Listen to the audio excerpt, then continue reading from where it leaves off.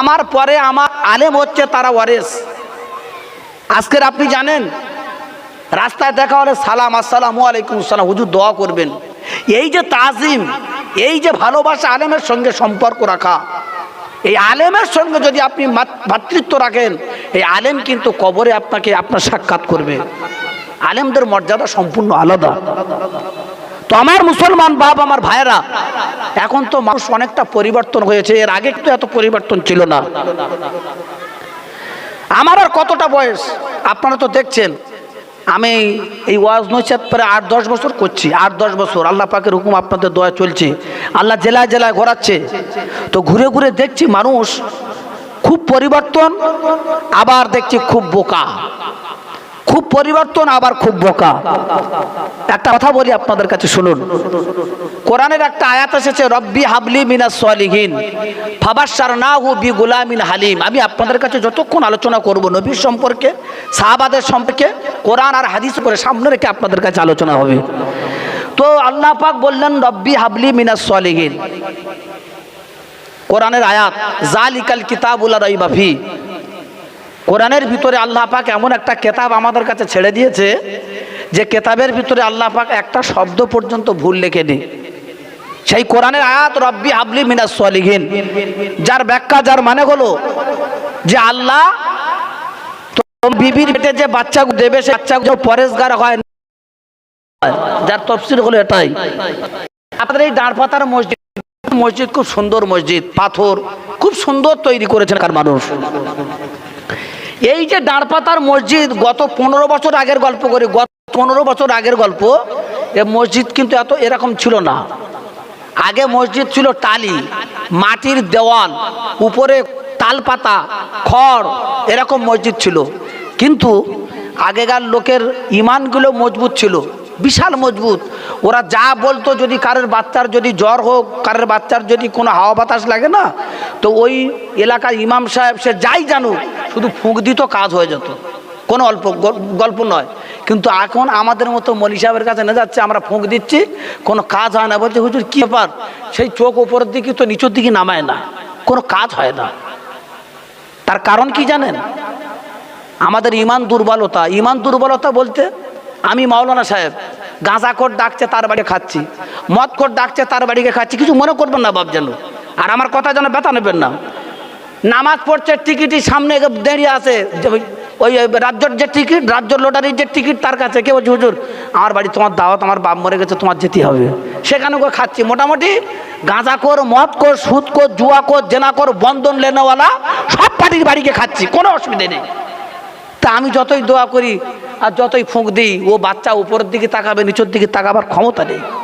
আর আগেকারই লোক, আগে যারা মসজিদে যারা ইমামতি করতো, বাস্তব কথা বলছি বাপ, তারা কোরআন শরীফ ভালো পড়তে জানতো না, শুধু আলহামদুলিল্লাহ শরীফ কোনো রকম জানতো, আর তারাই মসজিদে ইমামতি করতো, তারাই যা করতো, কোনো অসুবিধা হতো না।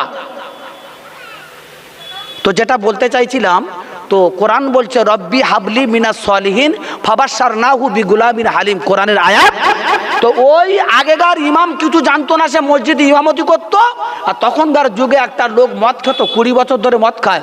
এখন 20 বছর ধরে মদ খাওয়ার পরে ওই ইমাম সাহেবটা মদ করে কাছে বারবার যায়, বারবার হাঁটে, বারবার যায়। দেখবেন যারা তবলিগ করে, যারা জামাত করে, তারা কিন্তু দেখবেন, আমি কিন্তু তবলিগকে খুব ভালোবাসি। পরিষ্কার গল্প, যদি বলে হুজুর আপনি ফুরপুরের মাওলানা তবলিগ, আরে তবলিগরা বেনামাজি নামাজি করার চেষ্টা করে, কলেমা জানে না, তার কলেমা জানার চেষ্টা করে। আর আমরা ফুরফুরার যত লোক আছি, এরা কলেমা পড়তে পারে না। লা ইলাহা মুহাম্মাদুর রাসূলুল্লাহ, লা ইলাহা মুহাম্মাদুর রাসূলুল্লাহ। বাস্তব কথা বলছি, যারা তবলিগ করে, যারা 3 দিন জামাতে যায়, তাদের কাছে যাবেন, একজন বেনামাজির কাছে, তার কাছে গিয়ে কলেমা বলবে, লা ইলাহা ইল্লাল্লাহু মুহাম্মাদুর রাসূলুল্লাহ, পরিষ্কার করে বলবে। আর আমরা ফুরফুরা সিলসিলা সাল দিচ্ছি, আমি সব জায়গায় ফুরফুরা সিলসিলা যারা করে, এদের নামাজের নিয়ম তরিকা ঠিক জানে না।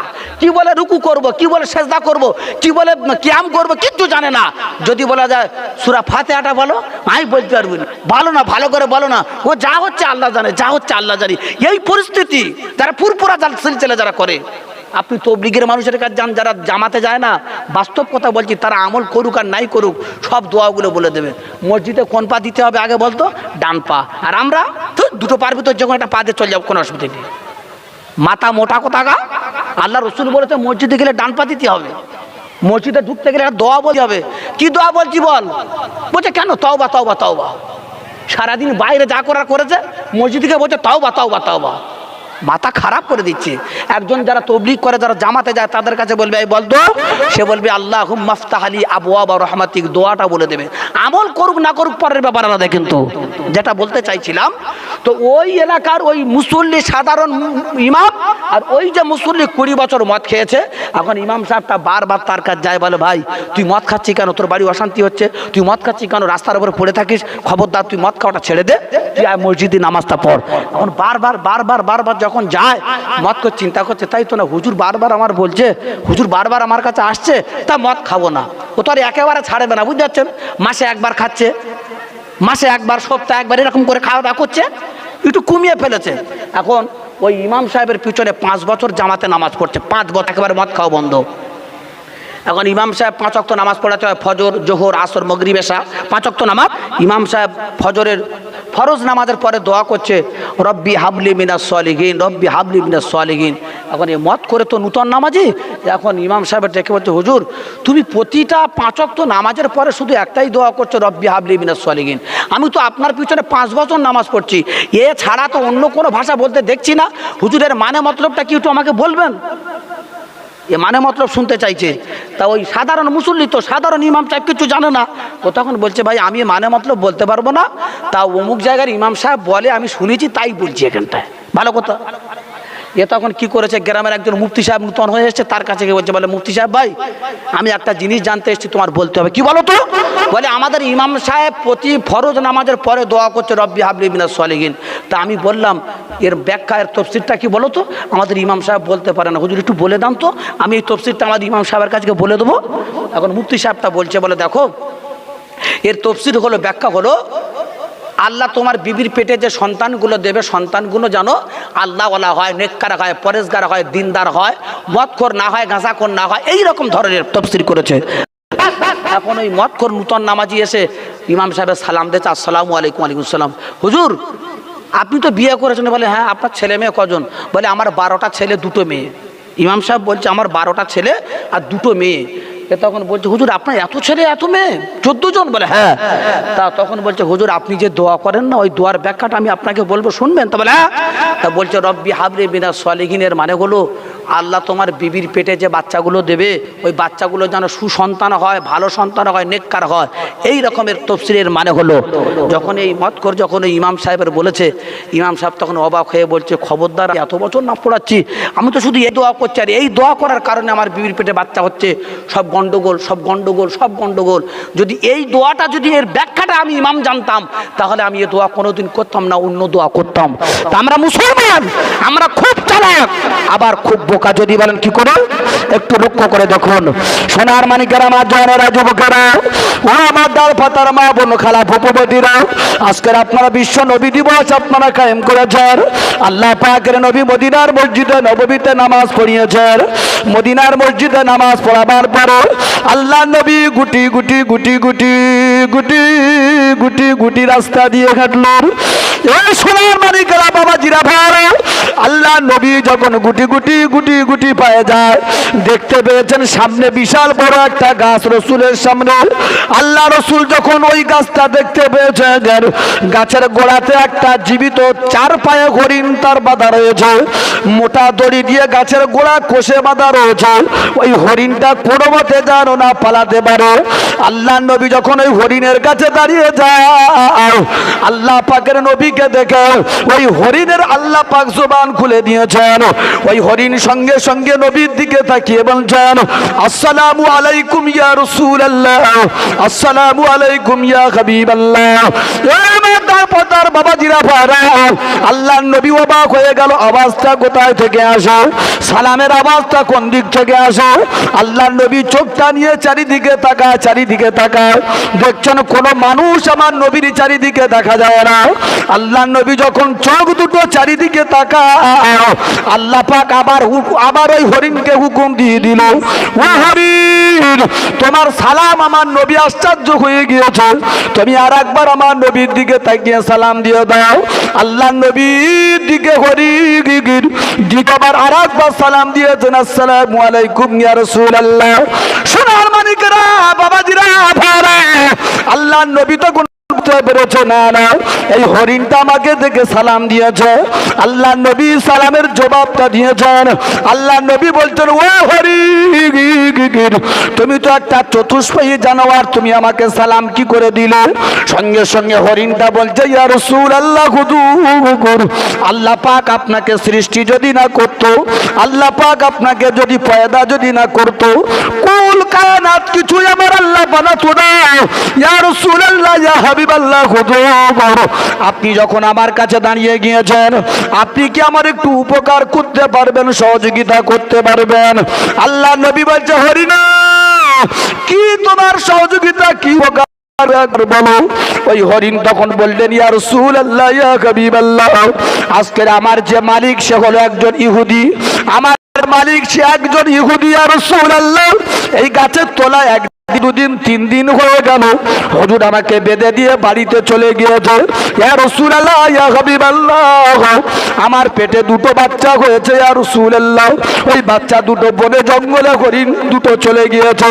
হুজুর আমার 1 দিন 2 দিন 3 দিন হয়ে গেল, আমার বাচ্চাটার দুধ খাওয়ার জন্য আমার বুকের স্তনগুলো দুধটা ফুলে ফেপে যন্ত্রণা চালু হয়েছে। ইয়া রাসূলুল্লাহ, ইয়া হাবিবাল্লাহ, হুজুর আপনি আমার একটুখানি সহযোগিতা করে দিন, আপনি আমার দড়িটা একবার খুলে দেন। দড়িটা খুলে দেওয়ার পরে আমি জঙ্গলের কিনারায় চলে যাব, আমার বাচ্চা 2টোর দুধ পান করিয়ে দিয়ে গো, আমি আবার এই গাছের তলায় এসে হাজির হয়ে যাব। আর একটু জোরে বলা যাবে না? হরিণ বলছে, রসুল তুমি তো মহামানব, তোমার সৃষ্টি যদি না করতো আমি হরিণ এখানে আসতাম না, তোমার সৃষ্টি যদি না করতো আল্লাহ কোরআন অবতীর্ণ করতো না। আবার 1 লাখ মতান্তরে যত নবী এসেছিলেন, কোন নবীর উপরে আল্লাহ কোরআন দেয়নি। আখিরি জামানার নবীর উপরে আল্লাহ কোরআন অবতীর্ণ করেছিলেন। শাহরু রমাজানাল্লাযী উযিলা ফীহিল কুরআন হুদাল লিন-নাস ওয়া বাইয়িনাতিন মিনাল হুদা ওয়াল ফুরকান। আল্লাহ পাক এই আয়াতটা দুপারার ভিতরে সূরা বাকারার ভিতরে পরিষ্কার করে লিখেছেন যে কোরআন শরীফ আমার আল্লাহ পাক নবীর উপরে রমজান মাসে লাইলাতুল কদরের রাত, আমি ওদিকে যাচ্ছি না। তো ওই হরিণ তখন বলছেন, ইয়া রাসূলুল্লাহ, হাবিবাল্লাহ, আপনি মহামানব, আপনি এখানে এসেছেন, আমার খুব কষ্ট হচ্ছে, আমার পেটে 2টো বাচ্চা হয়েছিল, সে বাচ্চা 2টো বনে জঙ্গলে চলে গেছে, আর আমার এই দুধটা বুকের ফুলে ফেঁপে যন্ত্রণা চালু হয়ে গেছে, যাতে আমার যন্ত্রণাটা নিবারণ হয়, আমার বাচ্চা 2টোর একটুখানি দুধ পান করিয়ে দেবো হুজুর, আপনি আমার দড়িটা খুলে দেন, আমি কথা দিচ্ছি আমি আবার দুধ পান করিয়ে দিয়ে গাছের গোড়ায় চলে আসবো। ব্যাস বাপ, দেখবেন আমাদের এলাকায় অনেক মা বোন এরকম আছেন, ডেলিভারি হওয়ার সময় মারা যায়, বাচ্চা দুনিয়ার বুকে বেঁচে আছে, মা মারা যায়। আর অনেক ক্ষেত্রে দেখা যায় বাচ্চা মারা যায়, মা বেঁচে থাকে।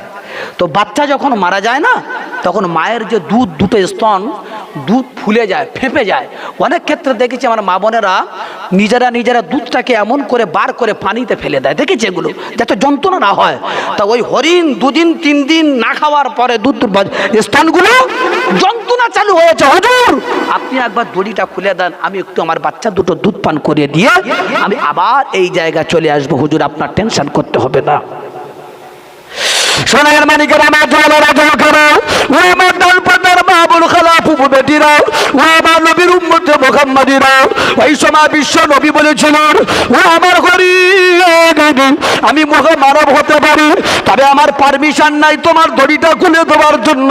তবে একটা কথা শোনো হরিণ, তুমি তোমার ইহুদি তোমার মালিকের বাড়িটা কোন দিকে একবার বলো, আমি